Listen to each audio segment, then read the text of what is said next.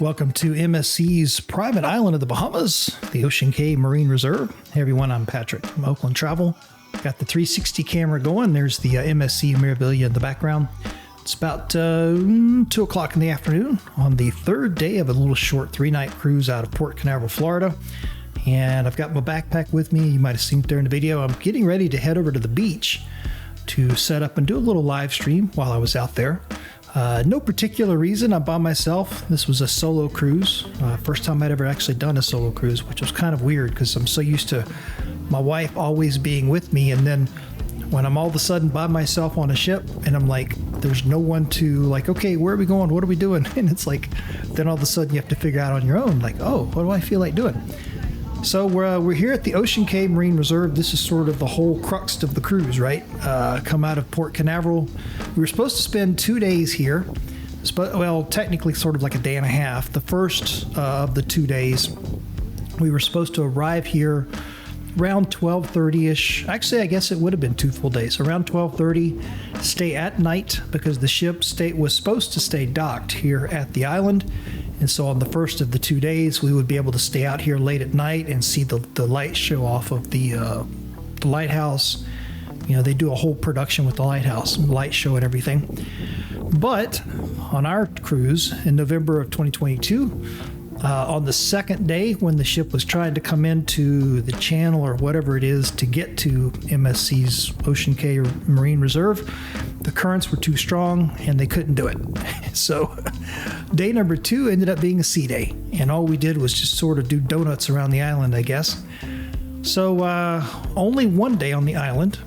And then about an hour or so after this was recorded here, the weather just turned and it started storming and all that. And so, of course, by that point, everybody had kind of had their day on the beach and they were mostly back on the ship anyway. So you can kind of see a little bit in some of the wind as I'm making my way over towards the beach that it's starting to get a little windy. You know, you can see some of the trees blowing around, and you don't see it in the sky just yet because it hadn't started yet. But I was heading over here to kind of set up and do a live stream just for no particular reason.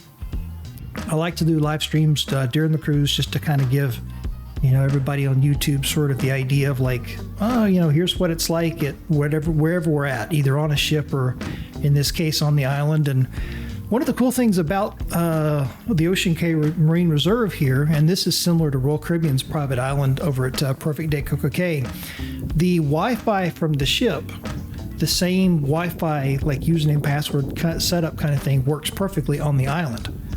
So I was able to, you know, use the very same credentials to log on with the laptop and do the live stream, and the bandwidth was pretty good. It works quite well from what I remember. And so you see some of the beach areas, we're starting to kind of get into it.